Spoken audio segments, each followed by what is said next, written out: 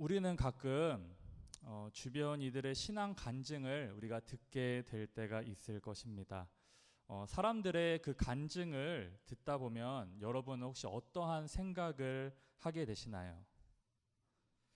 저분이 만난 하나님은 대단하신 하나님이시야. 벼랑 끝에서 건져주시고 어려운 상황 가운데서도 살아가도록 역사하시고 손을 내밀어 구원하셨구나 라는 그 느낌을 받을 때가 있죠. 중요한 것은 나를 막상 돌아보면 별로 그런 일이 없는 것처럼 여겨집니다. 하지만 더 깊이 돌아보면 매일의 삶 속에서 아주 세밀하게 우리의 인생을 돌보시는 그 하나님을 느끼지 못하여 그런 생각을 하는 것 같습니다. 긴 밤 잠에 깨어 건강한 육신으로 오늘 이 예배의 자리에 나오게 하시고 나와 우리 가족 모두 아무런 일 없이 오늘 하루도 살게 하시는 그 여호와 하나님의 위대하심이 오늘 나와 함께 하시는데 그것을 보지 못하고 있기에 그런 생각을 하는 것이죠. 어찌 보자면 다른 이의 그 신앙 간증보다 내 인생을 주관하시고 동행하시는 그 하나님에 대한 고백이 훨씬 더 소중할지 모릅니다. 오늘 다윗은 자신이 경험한 그 하나님을 이 자리에 계신 여러분에게 간증하고 있습니다. 사무엘하 22장은 다윗의 신앙 고백이 담긴 한 편의 시입니다. 22장 위에 작은 글씨로 뭐라고 적혀 있는지 보이시나요? 뭐라고 적혀 있죠? 네, 다윗의 승전가. 그리고 오늘 우리가 함께 읽었던 이 본문이 어디서 많이 보셨던 본문이지 않나요? 시편, 그렇죠? 시편 몇 편일까요? 자, 시편 많은 답들이 오가고 있습니다. 시편 18편입니다. 시편 18편이라고 아마 제가 갖고 있는 성경에는 그렇게 적혀 있는데요. 이 시는 오늘 본문인 사무엘하 22장과 그 시편 18편에 기록되어 있습니다. 시편 18편과 오늘 본문인 이 사무엘하 22장은 마치 쌍둥이처럼 유사해 보입니다. 시편 18편 보시면 아주 매우 익숙한 본문입니다. 그 본문을 보시면은 구원자 되신 하나님, 그리고 다윗의 고난과 그 다윗의 간구, 그리고 창조 세계에 나타난 하나님의 권능, 구원의 경험, 다윗의 결백, 하나님의 신실하심, 하나님의 구원, 다윗의 승리, 구원자 되신 하나님을 찬양하는 것으로 끝을 맺습니다. 사무엘하 22장에서 다윗은 지금 자기가 과거에 거둔 승리를 자신에게 돌리지 않고 구원을 주신 그 하나님께 돌리며 찬양과 감사를 드립니다. 시편 18편과 사실상 동일한데 사소한 차이점들은 이 시편 18편이 바로 이 시를 원형으로 하여서 각색되었음을 보여줍니다. 우리가 함께 1절부터 함께 살펴보고자 하는데요. 1절을 원문 표준 번역으로 해서 제가 읽어드리겠습니다. 여호와께서 그를 그의 모든 원수의 손으로부터 그리고 사울의 손으로부터 구출하시던 날에 다윗이 이 노래의 말들을 여호와께 말하였다. 1절을 통해 다윗이 왜 이 시를 지었는지 그 이유를 알 수 있습니다. 우리말 성경으로 읽어보면 다윗은 여호와께서 모든 원수들과 사울의 손에서 자신을 구해 주셨을 때 이런 노래를 불러 여호와를 찬양했습니다 라고 합니다. 이 시는 그렇게 구원의 하나님을 찬양하는 것입니다. 사무엘하 22장은 구원에 대한 찬양과 그리고 감사가 바로 포인트입니다. 구원과 관련된 단어가 이곳에 많이 사용된 것을 볼 수 있습니다. 반석이 5회, 건지심이 5회, 구원이 8회, 피하게 하심 혹은 피난처가 3해 등등입니다. 구원은 어려움이나 위기로부터 건짐을 받는 것입니다. 이것은 능동적이고 자발적인 게 아닙니다. 스스로 해내는 게 아니라는 뜻입니다. 철저히 수동적이고 타의적인 것입니다. 누군가가 대신해 주는 것입니다. 쉽게 정리하자면 이 구원은 스스로 어려움에서 벗어나는 것이 아닌 철저히 다른 이의 도움을 받아 벗어나는 것입니다. 그렇게 우리는 구원을 받는다라고 하는 것이죠. 그렇다면 오늘 다윗이 경험한 구원은 과연 무엇일까요? 하나님께서는 원수가 다윗을 공격할 때, 그리고 사울이 다윗을 공격할 때 그를 건지시고 보호해 주셨습니다. 그렇게 다윗은 하나님께 건짐을 받았고 하나님의 보호를 받았습니다. 그는 이 사실이 너무나 감사해서 하나님을 향한 신앙 고백을 담아 찬양을 올려드린 것입니다. 사무엘하 22장 이 1절은 우리가 사무엘하 1장부터 거슬러 올라가 보면은 매우 유사한 본문을 볼 수 있습니다. 그것이 바로 사무엘하 7장 1절입니다. 사무엘하 7장 1절을 제가 읽어드리겠습니다. 여호와께서 주위의 모든 원수를 무찌르사 왕으로 궁에 평안히 살게 하신 때에. 유사한 걸 어떻게 아시겠나요? 자, 이 짧은 문장 안에 지금 같은 표현이 지금 5군데나 있음을 보게 됩니다. 이 정도면 같은 문장이라고 봐도 무방합니다. 7장 1절은 하나님께서 이미 다윗의 모든 원수를 무찔렀다라고 지금 과거 완료로 기록하고 있으니 혹여 하나님께서 무찔러 주신 그 다윗의 원수 가운데 구체적으로 우리가 알고자 한다면 좀 더 우리는 앞장을 살펴봐야 합니다. 그것은 사무엘하 5장 17절 소제목에 이렇게 적혀 있습니다.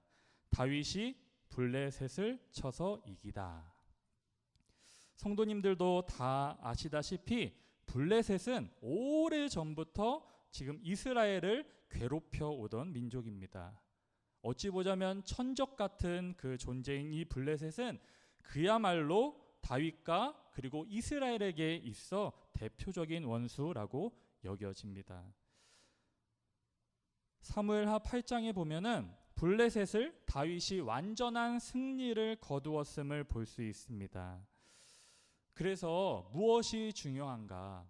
여기서 중요한 것은 원수인 블레셋을 하나님께서 제압시키시고 다윗에게 승리를 주신 사실입니다. 다윗은 블레셋과의 그 전쟁에서 승리한 후 자신을 승리하게 하시고 위험에서 구원하신 그 하나님을 찬양하기 위해 바로 사무엘하 22장의 긴 찬송시를 부르고 있는 것입니다. 그렇다면 사울의 손과는 이 사무엘하 7장에 어떠한 관계가 있을까요? 하나님께서는 다윗 주변의 모든 원수를 무찔러 주셨습니다. 그리고 그런 다윗을 무엇으로 세워주셨나요? 왕으로 세우셨습니다. 하지만 다윗을 살펴보면 다윗은 처음부터 왕족이나 귀족이 아닌 평범한 집안의 목동이었습니다. 그런 그가 사울의 신하가 되었죠.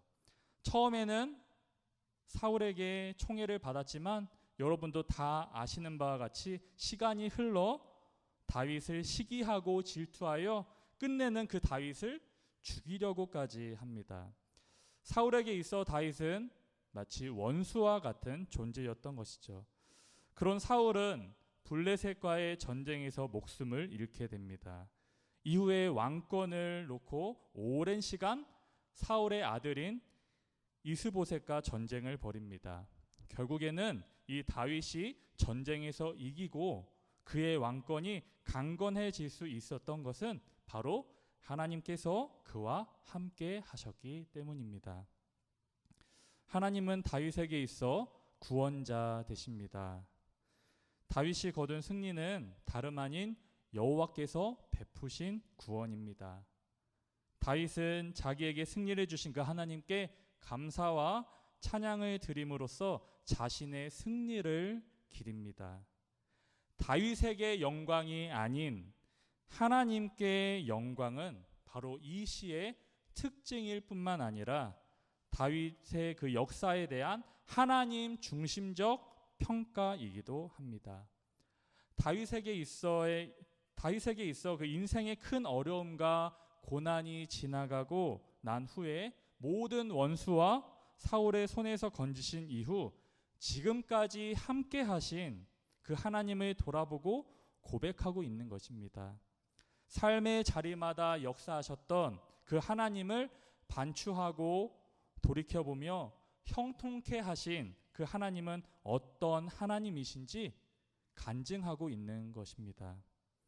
사실 우리의 삶도 수많은 고비가 있을 것입니다. 고난과 어려움의 긴 터널을 통과하고 난 뒤에 밝은 햇살을 보며 자유를 느낄 때 그 긴 터널 가운데서 역사하신 그 하나님을 고백하게 됩니다.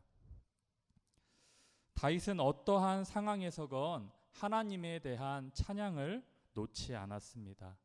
그는 기쁠 때뿐만 아니라 삶의 전반에서 찬양하는 모습을 보였습니다. 우리가 보기에 찬양하기 쉽지 않은 그 상황과 순간 속에서도 주님에 대한 시와 찬양을 계속합니다. 1절에서 하나님에 대해 자신의 그 여러 감정을 내어놓는 것은 하나님께 모든 것을 열어놓는다라는 것이 될 것입니다. 어느 때나 하나님과의 깊은 교제를 갖고 있음에 가능하다라고 여겨집니다.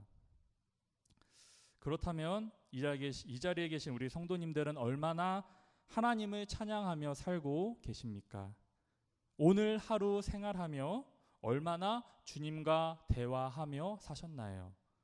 찬양과 기도는 입술과 머리로만 머문 것이 아닌 바로 우리의 삶에 녹아나야 합니다. 내 삶의 모든 것에 담겨져 있어야 합니다. 찬양하고 기도할 때 그 속에 여러분의 고백이 담겨져 있어야 합니다. 2절과 3절을 함께 보겠습니다.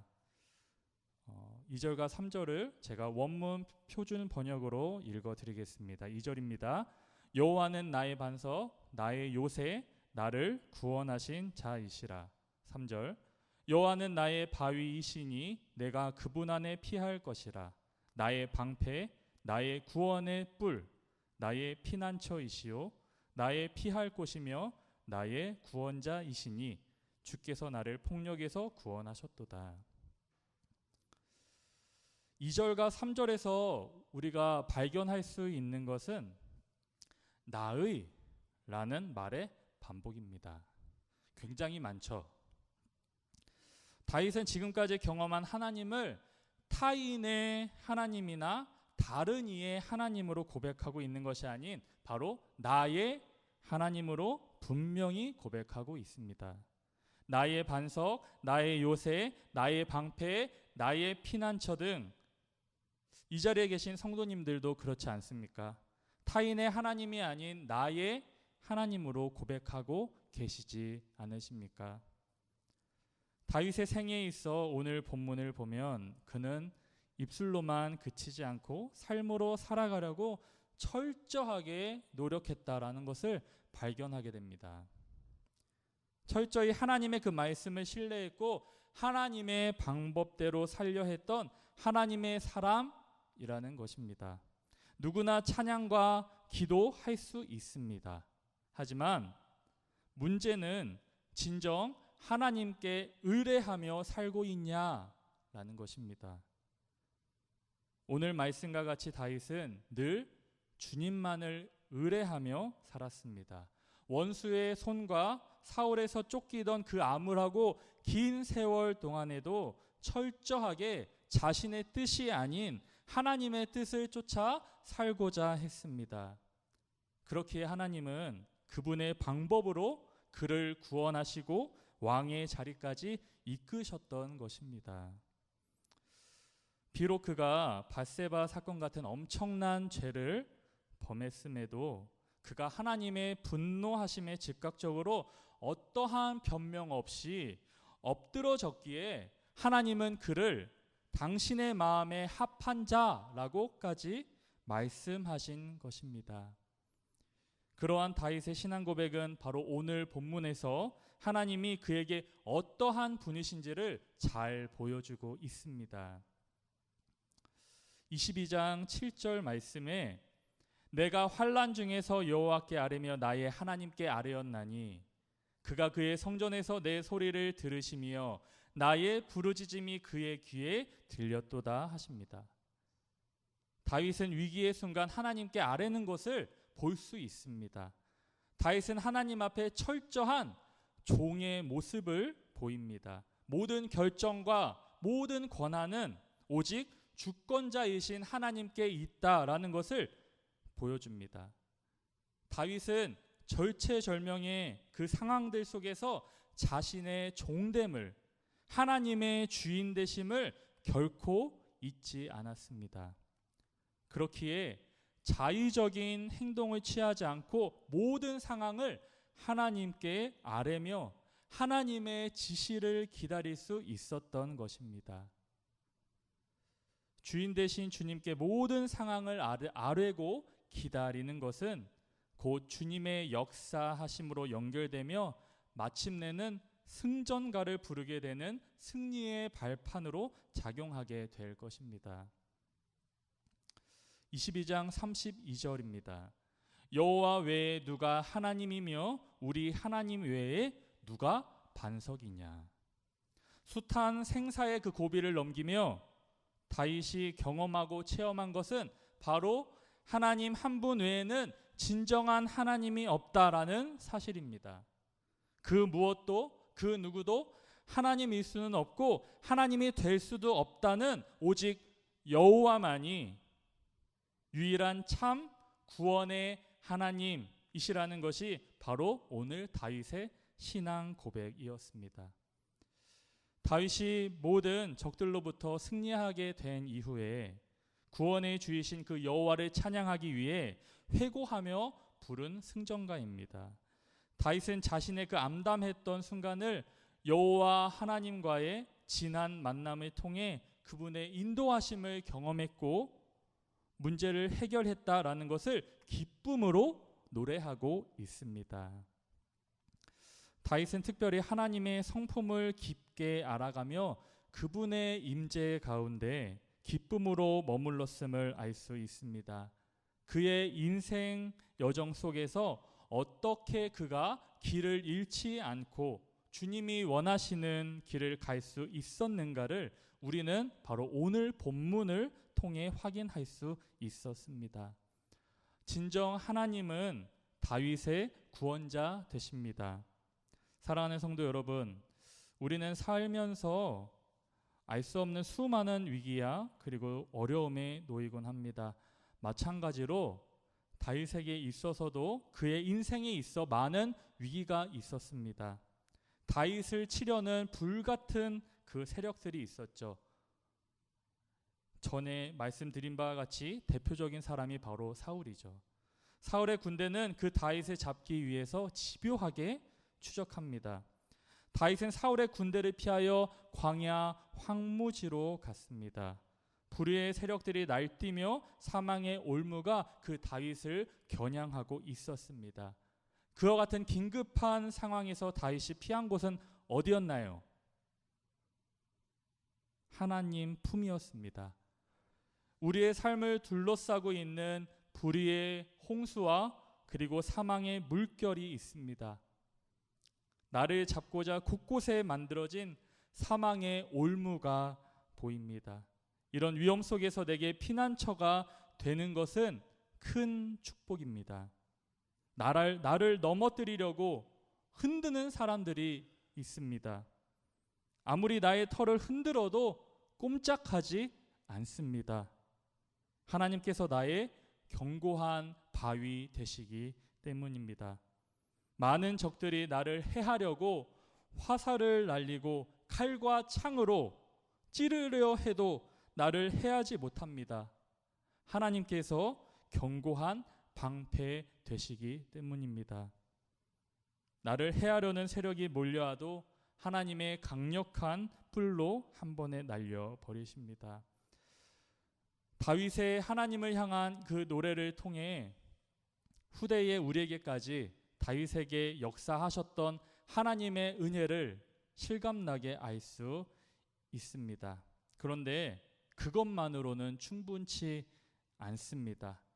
아는 것으로 부족하고 저와 그리고 여러분이 그 하나님을 이제 경험해야 합니다. 다윗의 하나님은 오늘날 내 하나님이기도 합니다. 여러분의 삶에도 동일한 그 하나님을 경험하고 고백할 수 있어야 합니다. 다윗의 시는 자신이 과거에 거둔 그 승리에 대한 자만과 자기 성취에 대한 도취가 아니라 하나님을 찬양하는 내용이 주조를 이룹니다. 다윗은 하나님의 손이 모든 것을 이루신 것을 인정함으로써 교만의 함정에 빠지지 아니하고 넘치는 그 감사로 승리의 영광을 모두 하나님께 돌립니다. 다윗의 지난 삶의 세월을 우리가 알고 있다면, 혹 지나온 인생 여정의 우여곡절을 보았다면, 오늘의 그의 고백이 그냥 쉬운 고백이 결코 아니라는 것을 알 수 있을 것입니다. 그는 어디에 있든지 여호와 하나님의 그 능력과 도우심을 의지하며 살았습니다. 다윗처럼 힘들고 심적으로 그리고 영적으로 고통스러울 때가 있을 것입니다. 하지만 어려움의 순간순간마다 그곳에 하나님이 계셨고 그분께서 도우셨음을 고백하게 됩니다. 고난받는 상황보다 고난을 받아들이는 우리의 마음 상태가 어떠해야 하는지 다윗이 고백하는 그 내용을 통해 우리는 오늘 살펴볼 수 있었습니다. 성도님들의 삶 속에 개입하신 그 하나님을 가슴으로 깊이 고백하시길 원합니다. 삶 속에서 하나님의 그 자녀됨을 누리며 사시길 소망합니다. 우리가 해야 할 일은 우리의 모든 시선을 주님께 향하는 것입니다. 다윗은 자신과 이스라엘 그리고 후손에게까지 하나님을 향한 그 시선을 잃어버리지 않길 바랐을 것입니다. 오늘 말씀을 통해 여러분 각자에게 하나님은 어떠한 분이시고 하나님께 나는 어떠한 사람인지 고민해 보시길 바랍니다. 한마디로 다윗의 삶은 구원의 삶이었습니다. 그리스도인의 삶도 구원의 삶이 구원을 체험하고 경험하고 그 구원의 하나님과의 교제를 하는 것이 바로 신앙생활인 것입니다. 더하여 그분을 찬양하는 것이 어찌 보자면 우리의 신앙생활입니다. 다윗의 구원이 오늘 이 다윗에게만 해당된 것이 아니라 그리스도를 통한 모든 사람들에게 경험되는 삶입니다. 다윗의 이러한 승리의 삶 그리고 구원의 삶이 저와 여러분의 삶 속에 경험되고 이 시대에 경험되기를 주님의 이름으로 축복하고 소망합니다. 시간 함께 찬양하며 기도의 자리로 나아가